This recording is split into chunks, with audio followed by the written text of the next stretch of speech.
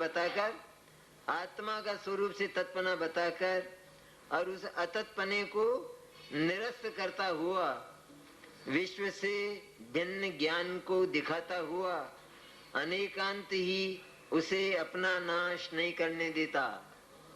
अपना नाश नहीं करने देता मैंने प्रति समय उसे जो नाश का अनुभव होता है, उस नाश के अनुभव से उसे जो प्रचंड आकुलता निगोद जैसी होती है सैनी पंचेंद्रिय को, कोई फर्क नहीं है। निगोदिया की आकुलता का कारण एक ही कारण, यही कारण कि वो अपने को देह मानता है, देह ज्ञान में भाषित होती है, वो उसको देह मान लेता है।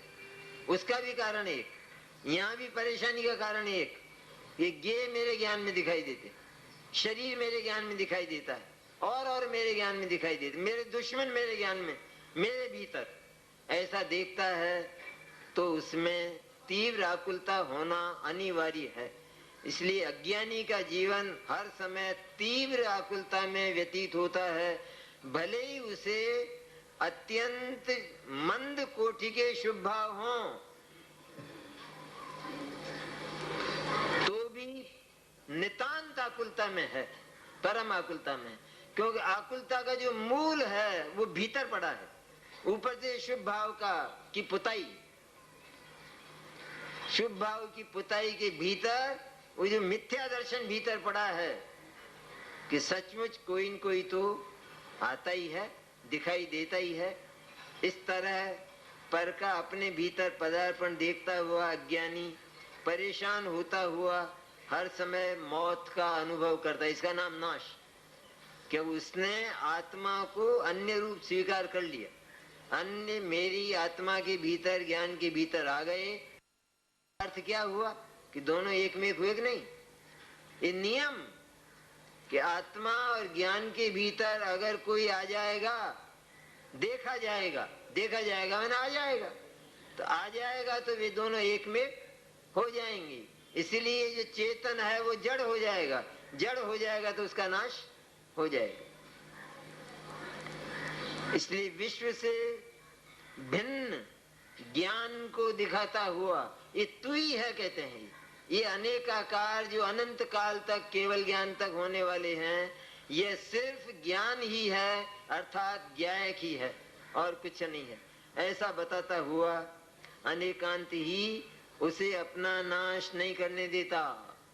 अनेकांत नाश होने से बच तो क्या करता है, फिर क्या करता है अनेकांत का? अनेकांत प्रति समय आनंदमय जीवन बिताने के लिए उसका उस क्षण को प्रारंभ करता है। इस क्षण से आनंदमय जीवन का प्रारंभ होता है।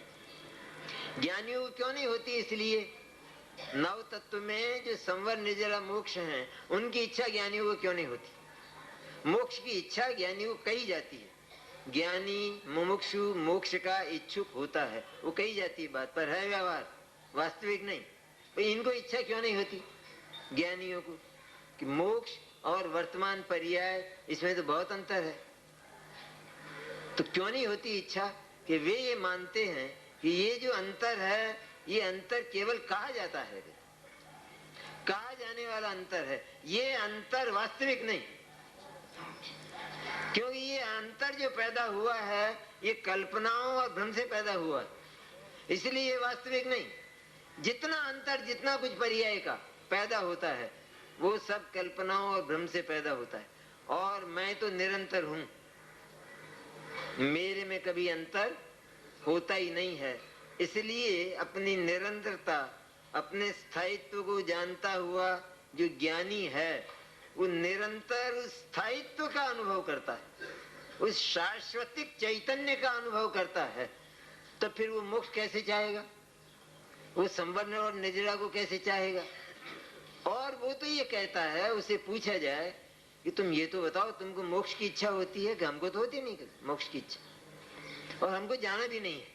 यूं बोलता है कि हमको जाना भी नहीं। तो यहाँ तकलीफ नहीं है, कोई तकलीफ नहीं है।